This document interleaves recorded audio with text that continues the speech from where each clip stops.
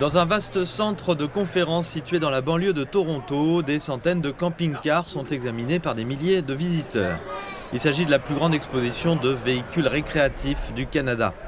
Cette année, le salon se déroule sur fond de tarifs douaniers potentiellement dévastateurs entre les États-Unis et le Canada. Lorsque les droits de douane devaient être mis en œuvre au début du mois de février, avant l'annonce d'une pause de 30 jours, les constructeurs de camping-cars ont réagi rapidement. Nous avons annulé environ 3 millions de commandes à ce moment-là. Le lundi matin, nous avons annulé tout ce que nous n'allions pas recevoir avant le 21 février, puis nous avons tout remis en place.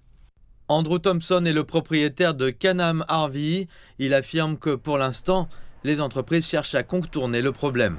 Nous disons à nos clients que si les tarifs entrent en vigueur, vous n'avez pas à prendre votre commande. Nous vous rembourserons votre acompte. Quant aux fabricants, nous leur avons dit d'emblée que si les droits de douane étaient appliqués, nous n'en prendrions aucune commande.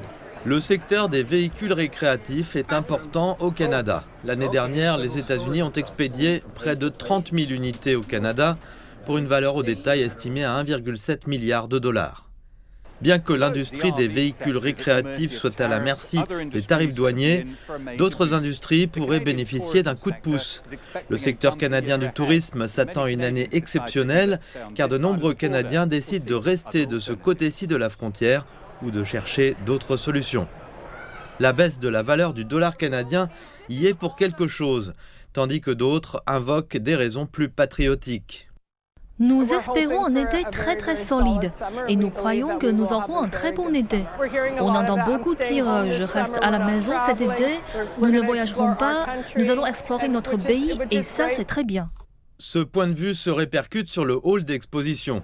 J'ai l'impression que moi-même, je n'ai pas envie de voyager aux États-Unis en ce moment à cause des droits de douane. En fait, aller en Europe, au Mexique ou ailleurs, c'est très bien. Mais vous savez, nous restons au Canada, nous faisons beaucoup de camping.